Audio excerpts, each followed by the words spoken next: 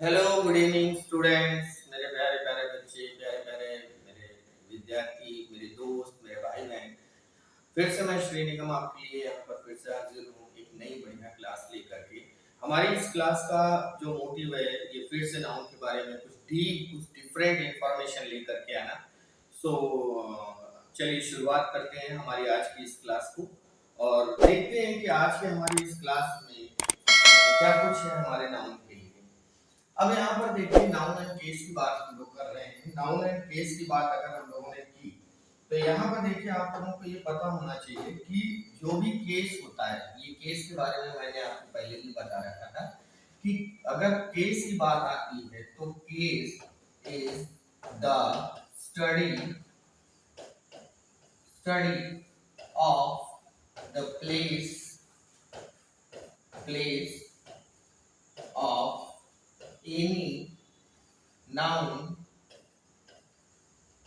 or pronoun in the sentence.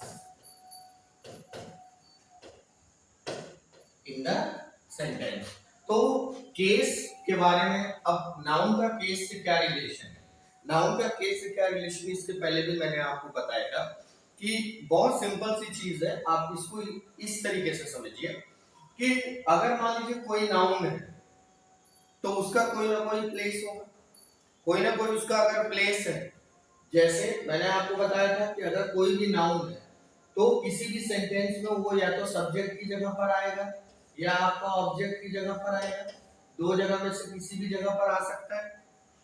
तो उसके place की स्टडी करना, उसके प्लेस की जो स्टडी हम कर रहे हैं उस प्लेस की स्टडी के लिए क्या करते हैं, हमारा ये जो कुछ भी होता है ये केस होता है।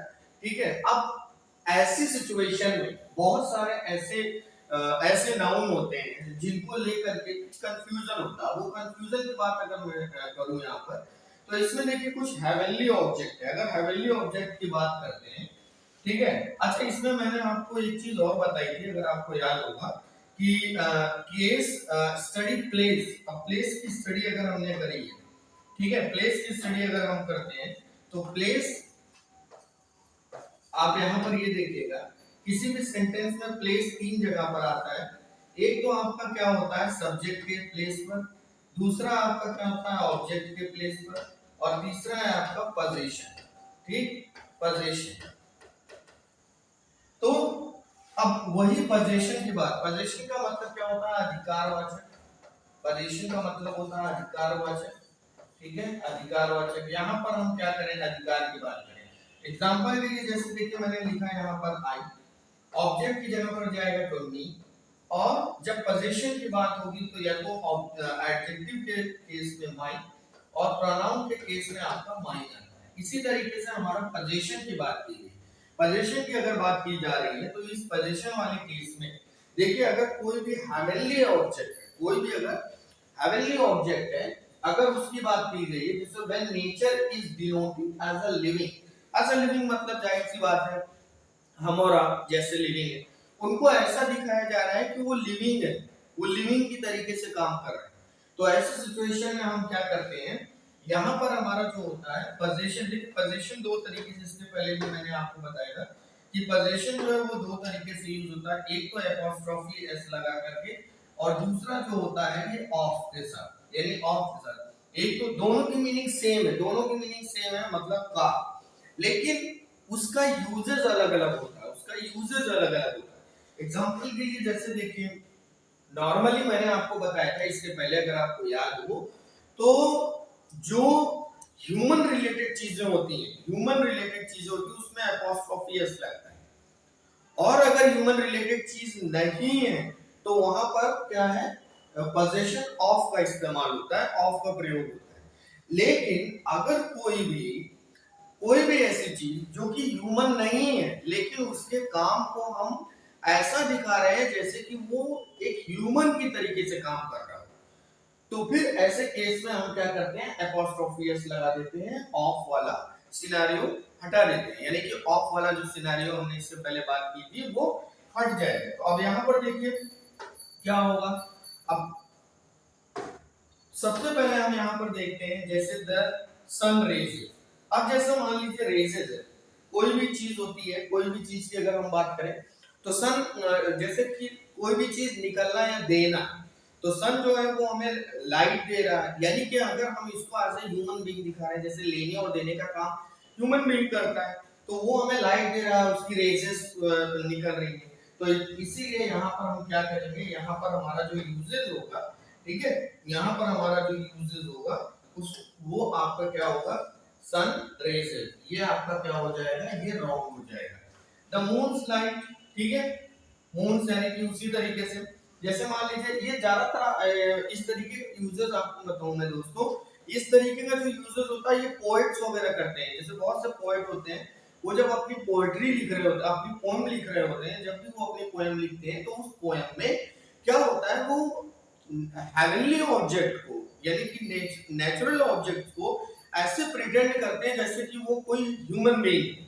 तो जब उसका इंटेंशन, जब किसी भी पोएट का इंटेंशन एक इस तरीके से होने लगेगा कि ये एक ह्यूमन बीइंग है, तो वहां पर हम क्या करते हैं, एपोस्ट्रोफी एस लगाते हैं। तो वैसे ही आपका ये सही होगा, ये सही होगा, द मून्स लाइट ये सही होगा, ये आपका रॉन्ग होगा, ठीक है, the light of moon the earth surface ये सही होगा, the earth the surface of earth ये रॉन्ग होगा, नेचर्स ब्यूटी ये आपका सही होगा, द ब्यूटी ऑफ नेचर ये रॉन्ग होगा, ठीक है, हेवेंस मर्सी। अब जैसे देखिए आपको हम बताएं, ब्यूटी की अगर बात की गई है तो खूबसूरती नॉर्मली लोग जो है वो ह्यूमंस में देखते हैं, ठीक है, लेकिन अगर पोएट जो होता है ये नेचर की ब्यूटी की बात करता है। अब जैसे हेवेंस मर्सी, मर्सी मतलब ये देखिए, ये क्वालिटी देखिए, मर्सी मतलब दया। अब दया वगैरह ये सारी भावनाएं तो इंसान के अंदर होती है ना, तो ये सारी भावनाएं अगर इंसान के अंदर है तो ये हेवेंस, वो उसका हेवन का मतलब उसका आकाश का, उसका आसमान से क्या लेना देना।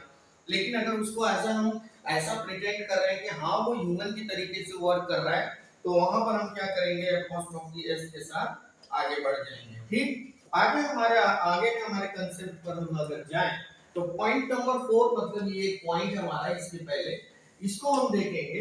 अगर हाँ कोई भी नाउन, कोई भी नाउन से पहले अगर कोई एडजेक्टिव आया है, कोई भी नाउन से पहले अगर कोई एडजेक्टिव आया है और उस एडजेक्टिव से पहले द आपका आर्टिकल आया है।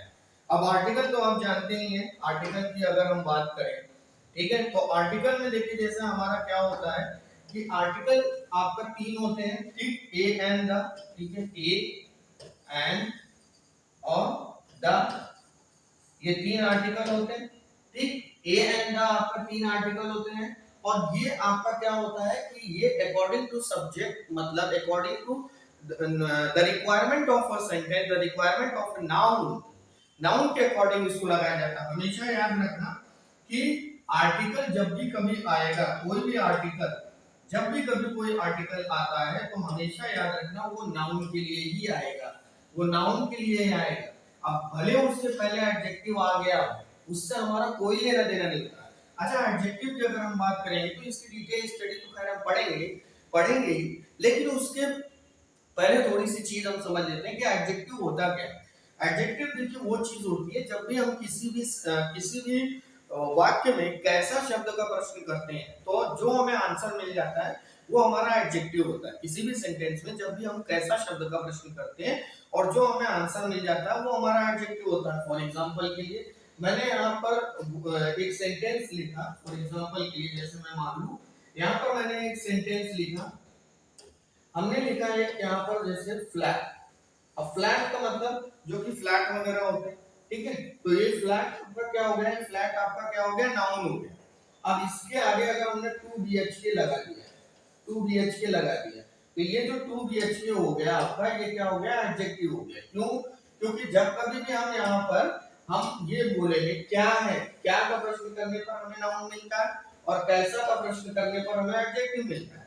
तो क्या है, किसकी बात हो रही है, किसकी बात हो रही है, जिसके बारे में बात हो वो आपका सब्जेक्ट या ऑब्जेक्ट हो जाता है। मतलब क्या है, अगर कोई चीज क्या है, फ्लैट है, अब उस फ्लैट में भी कैसा फ्लैट है, 2 फ्लैट है, ठीक है, तो यहाँ पर ये क्या हो गया, एडजेक्टिव हो गया।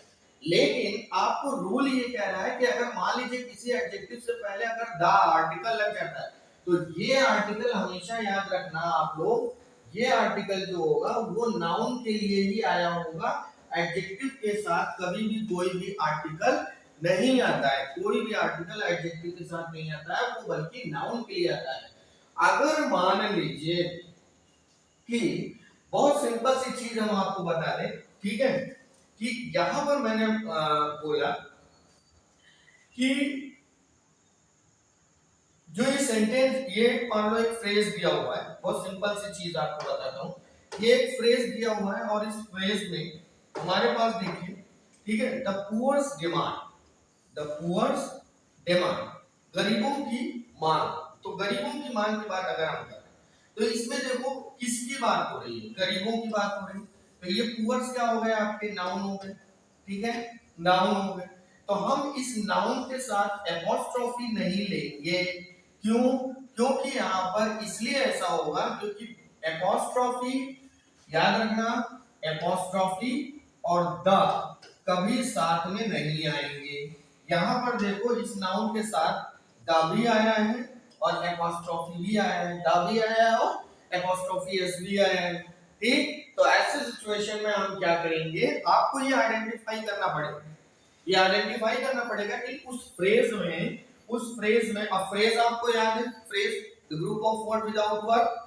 अगर मान लीजिए यही ना, यही इसके पहले हम लोगों ने यही बात की है ना, तो अगर मान लीजिए यहाँ पर फ्रेज है और फ्रेज में अगर मान लीजिए कोई भी एडजेक्टिव आता है, सिंपल सी चीज है, मतलब कैसा है उनका ओपिनियन कैसा है, तो वो ओपिनियन उनका क्या है, मांग है, ठीक है। तो यहाँ पर डिमांड जो होगी आपका सीधे सीधे क्या होगा, ये जो है आपका ये नाउन इधर चला आएगा, नाउन इधर चला आएगा और एडजेक्टिव आपका जो होगा वो इधर चला आएगा और एडजेक्टिव के साथ डिमांड लग करके आपका क्या होगा, ऑफ जो हमारा पोजीशन है, पोजीशन वर्ड है, ठीक है, अधिकारवाचक शब्द है, ऑफ वहां पर लग जाएगा।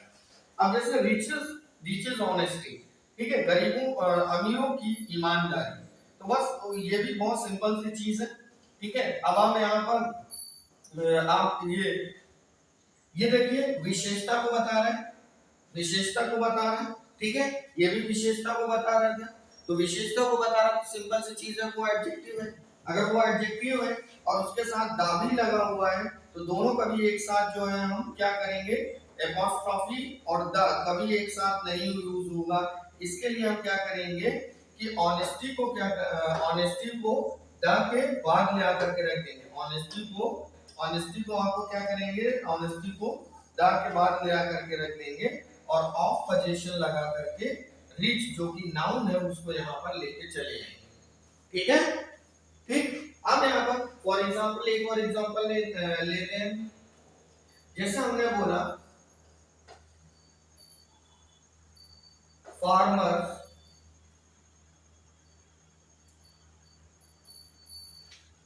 फार्मर्स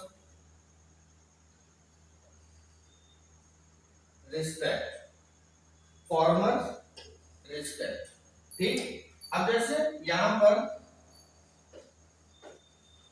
अब यहाँ पर देखिए, यहाँ पर क्या है कि अब अगर वहां पर द फार्मर रिस्पेक्ट, द अगर यहाँ पर हमने लगाया द फार्मर रिस्पेक्ट, तो ये रॉन्ग हो जाएगा, क्यों, क्योंकि रिस्पेक्ट जो है क्वालिटी को बता रहा है, क्वालिटी यानी कि एडजेक्टिव है, एडजेक्टिव कोई भी एपोस्ट्रोफी, याद रखिए, फिर से मैं आपको एक्सप्लेन कर रहा हूँ, फिर बता रहा हूँ कि एपोस्ट्रोफी वाला वर्ड जो है, एपोस्ट्रोफी वाला वर्ड और द वाला वर्ड कभी एक साथ जो है नहीं आएंगे। ऐसे सिचुएशन में हम क्या करते हैं, दा को ऐसा ही रहने देते हैं, दा वैसे ही रहता है, रिस्पेक्ट यानी कि उसका जो है ये एडजेक्टिव जो है उसको हम ले लेते हैं, बगल में ले लेते हैं एडजेक्टिव को, ठीक है, रिस्पेक्ट ऑफ फार्मर, ठीक। तो इस तरीके से ये वर्क करती है, ठीक चीज है, ठीक है। अब हम लोग यहाँ पर आगे बढ़ते हैं, आगे हमारा आगे का कंसेप्ट देखते हैं। हाँ, ये बहुत इंपॉर्टेंट है, इसमें बहुत सारे लोग कंफ्यूज होते हैं क्योंकि उनको पता नहीं होता है कि एक्चुअल में इसकी मीनिंग क्या है, और कई जगह बोलने में भी वो गड़बड़ी कर जाते हैं, कई जगह बोलने में भी वो गड़बड़ी कर जाते हैं, क्यों, क्योंकि चीजें लगभग सिमिलर होती हैं, चीजें लगभग सिमिलर होती है, लेकिन उसका सेंस जो है वो थोड़ा सा डिफरेंट हो जाता है, वो अलग हो जाता है। अब जैसे मान लीजिए हम बात करें यहाँ पर, ठीक है, जैसे मैंने यहाँ पर बात किया आपकी कंफ्यूजिंग नाउन की बात मैं कर रहा हूँ। कंफ्यूजिंग नाउन की बात अगर यहाँ पर कर रहा हूँ तो देखिए मैरिज और वेडिंग। अब मैरिज की बात अगर मैंने की तो मैरिज जो होता है ये लाइफ लॉन्ग रिलेशनशिप होता है, ये लाइफ लॉन्ग आपका रिलेशनशिप होता है, दो लोगों के बीच में जो एक रिलेशन बनता है और वो जीवन भर साथ में रहने का जो एक प्रॉमिस करते हैं, वादा करते हैं, वो है आपका मैरिज, ठीक है। लेकिन वेडिंग क्या होता है, वेडिंग का संबंध डेट डेट से होता है, डेट यानी पर्टिकुलर उस दिन की बात हो रही है, पर्टिकुलर जिस दिन वो परिणय सूत्र में बंधे थे, यानी वो जिस दिन वो शादीशुदा हुए, जिस दिन वो उनको एक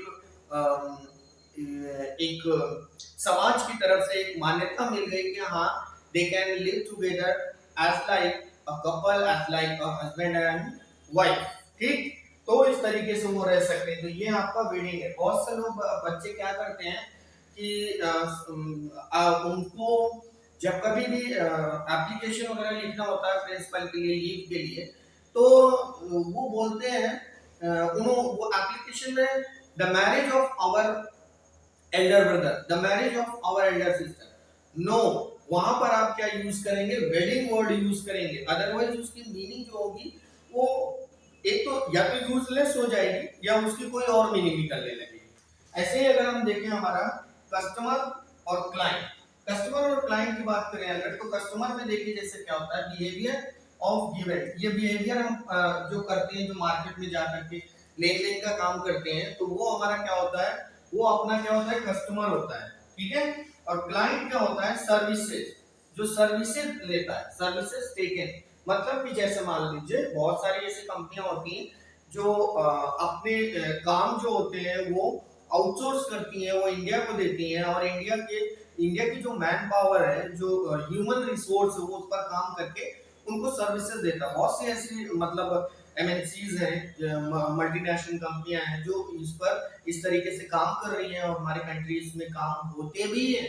तो हम वहां पर क्या करते हैं, सर्विसेज दे करके अपने क्लाइंट को इस बात के लिए हम एग्री कर लेते हैं कि हाँ जो भी काम आपने मुझे दिया था, जो भी काम आपने हमें दिया था, हम उस टारगेट को अचीव कर ले रहे हैं, और हम और भी ज्यादा अच्छे तरीके से इसको कर सकते हैं। तो that is client. House and home की बात करें अगर हम, तो हाउस देखो किसी भी तरीके की कोई भी बिल्डिंग हो, चाहे वो ओल्ड हो या नहीं, चाहे वो ओल्ड हो या नहीं, बस अगर आप वहां पर रह रहे हो तो वो आपका घर है, ठीक है, यानी कि मकान। और होम से मतलब क्या होता है, नेटिव प्लेस। जैसे आप नॉर्मली बोलते हो होम टाउन, जैसे आप नॉर्मली बोलते हो होम टाउन, आप होम टाउन क्यों बोलते हो, ठीक है, पूरा शहर आपका घर तो है नहीं, लेकिन क्योंकि उसका संबंध जो है नेटिव प्लेस से है, जहां पर आप पैदा हुए, जहां पर आप बड़े हुए, आपका बचपन बीता है, ठीक है, तो वो इसलिए वहां पर आप जो है उसके लिए होम का इस्तेमाल होता है, ठीक है। जहां पर और हाउस का जो इस्तेमाल होता है वो सिर्फ और सिर्फ एक बिल्डिंग के लिए होता है, ठीक है, वो बिल्डिंग आपकी, बस उसमें आपका ओनरशिप होना चाहिए, तो वो आपके लिए हाउस होता है। जब आप जा करके वहां पर रहने लगते हो, ठीक है, तो वो चीज जो होती है वहां पर अगर रह रहे हो और उसका संबंध आपके नेटिव प्लेस से, ये भी याद में रखिएगा, नेटिव प्लेस में से है, तो आप वहां पर जाकर के आप जो है उसको होम बोल सकते हो, ठीक है, होम बोल सकते हो। आज की मॉडर्न इंग्लिश में बहुत से लोग जो है होम का यूजेस करते हैं, आप यूज कर सकते हो इस चीज को भी।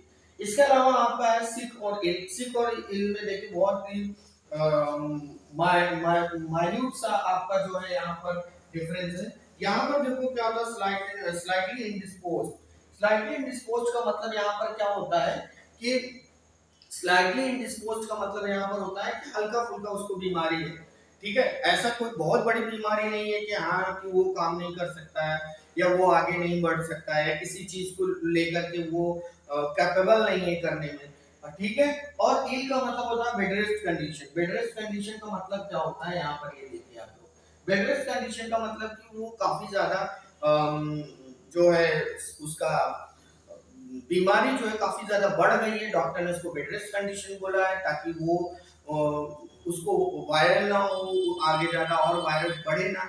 और इसके अलावा जो होता है ठीक है। इसके अलावा आपको हम बता दें सेंटर और मिडिल। सेंटर और मिडिल का कंसेप्ट तो बहुत सिंपल है। सेंटर और मिडिल की बात अगर हम करें, जैसे मान लीजिए कि एक ये सर्कल है, सर्कल के बीचों बीच जो होता है वो सेंटर आपका कहलाता है। यानी कोई चीज जो होती है, वो कोई चीज अगर आपको चारों तरफ से वो कवर्ड की हुई है, कोई चीज अगर चारों तरफ से कवर्ड की हुई है तो वो आपका सेंटर हो जाता है। लेकिन अगर कोई चीज आपको कवर्ड नहीं की, जैसे आपने देखा होगा स्टंप वगैरह, ठीक है, स्टंप ऐसे बनते हैं, तो उसमें वो क्या होता है, वो कवर नहीं होता कहीं से, वो ओपन रहता है, तो उसके बीचों बीच का जो एरिया है वो मिडिल कहलाता है। वो क्या आपका कहलाता है, मिडिल कहलाता है।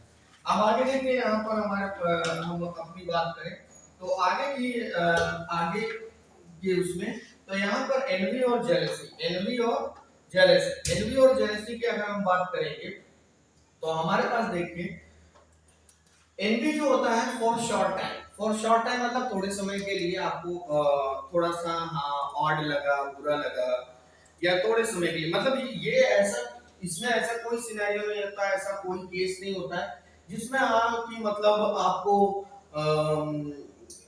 Fear to lose, fear to lose हो ना। तो यहाँ पर अब लेकिन जेलसी में क्या होता है, जेलसी में आपका क्या होता है, ये लॉन्ग टाइम के लिए होती है और high level of fear of losing, किसी को खोने का डर रहता है, किसी को खोने का आपको डर रहता है। तो वो चीज जैसे देखिए यहाँ पर है सीजन क्लाइमेट और वेदर। सीजन क्लाइमेट और वेदर की बात करें तो सीजन आप जानते हैं जैसे कि हमारा समर है, विंटर है, रेनी सीजन है, ये 4-5 महीने के लिए होता है, ये आपका 4-5 महीने के लिए होता है। क्लाइमेट जो होती है आपको पता होगा कि क्लाइमेट जो होती है वो हमारी कई सालों की होती है, कई सौ सालों, जैसे डायनासोर वगैरह जब रहा करते थे तो उस तरीके वो जो क्लाइमेट थी वो उनके लिए क्या थी, वो एडजस्टेबल थी, तो इस वजह से वो सरवाइव कर रहे थे। लेकिन कुछ समय बाद की कंडीशन जो है क्लाइमेट चेंज हो गई, तो वो सरवाइव नहीं कर पाए और वो क्या हो गए, पूरी तरीके से गायब हो गए। वेदर जो होता है ये तो ये 100-200 साल 200-400 साल का होता है। वेदर जो होता है 4-5 दिन का होता है, लाइक जैसे कि अभी समर सीजन है, उसमें बारिश हो जाती है तो ह्यूमिडिटी बढ़ जाती है, जिससे थोड़ी सी नमी हो जाती है, तो हल्का फुल्का आपको क्या है, ठंड सी जैसी लगने लगती है। ठीक है, तो ये मतलब डे बाय डे जो चेंजेस होते रहते हैं, ये आपका वेदर है। हैबिट और कस्टम की बात करें अगर हम, तो हैबिट और कस्टम में आपका क्या होता है, देखिए इंडिविजुअल होती है, ये इंडिविजुअल होता है। इंडिविजुअल मतलब क्या है, किसी की अपनी एक आदत होती है और उस आदत, उस पैटर्न के हिसाब से वो सामने वाला जो होता है वो अपना काम करता है।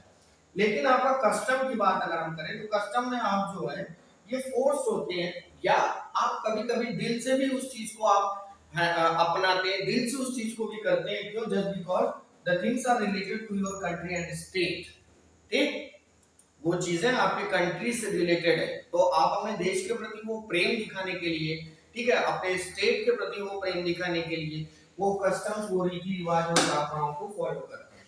एयर विंड एंड ब्रीज, अच्छा एयर की बात हम करें तो जो एयर एयर का जो भी कंसेप्ट उसमें देखिए क्या है, बस जो ऐसे गैसेस जो कि प्रेजेंट है एटमॉस्फेयर में, ऐसी गैसेस जो कि प्रेजेंट है एटमॉस्फेयर में, वो ये है आपका एयर। विंड जो है देखिए ये आपका क्या है, इसमें स्पीड जो है वो इनहांस होती रहती है, ठीक है, कभी ज्यादा हो गई कभी कम हो गई, ठीक है, डिपेंड्स की मतलब इन्वायरमेंट या वातावरण कैसा है तो इस पर डिपेंड करता है विंड। ठीक है, तो वो तेज भी हो सकती है, धीमी भी हो सकती है। ब्रीज क्या होती है, ब्रीज अपनी प्लीजेंट एयर होती है, बढ़िया मस्त आराम से आप हल्की फुल्की जो है अच्छी धीरे धीरे हवाएं चल रही हैं, बढ़िया आराम से आप बैठे हुए हो, तो ये मतलब जो आपके दिल को खुशी दे, ठीक है, तो ये ब्रीज कहलाती है। मैनर और मैनर्स, मैनर देखिए क्या होता है, द वे ऑफ एक्ट, किसी के काम करने का जो तरीका होता है वो मैनर होता है। और मैनर जो होता है, ठीक है, ये क्या होता है, अच्छी आदतें होती हैं, ये आपका क्या होता है, अच्छी आदतें होती हैं। अब आपको शायद आपको याद होना चाहिए, क्योंकि आपको याद होगा बहुत से ऐसे नाउन होते हैं जिनको मैंने आपको बताया था कि उनमें एस लग जाने पर क्या होता है, उनकी पूरी पूरी मीनिंग ही चेंज हो जाती है, उनका सिंगुलर और प्लूरल से कोई लेना देना है ही नहीं। ठीक है, फॉर एग्जांपल के लिए जैसे मैंने बोला सैंड, ठीक, सैंड का मतलब आपका क्या हो जाता है, बालू। और सैंड अगर हमने बोला तो रेगिस्तान, ठीक है, तो आपका हो गया रेगिस्तान। ठीक है, वुड बोला, वुड मतलब लकड़ी,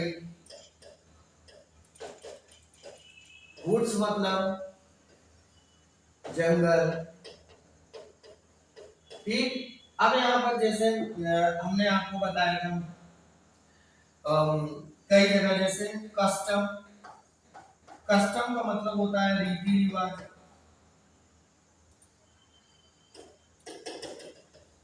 कस्टम का मतलब हमारा होता है रीति रिवाज।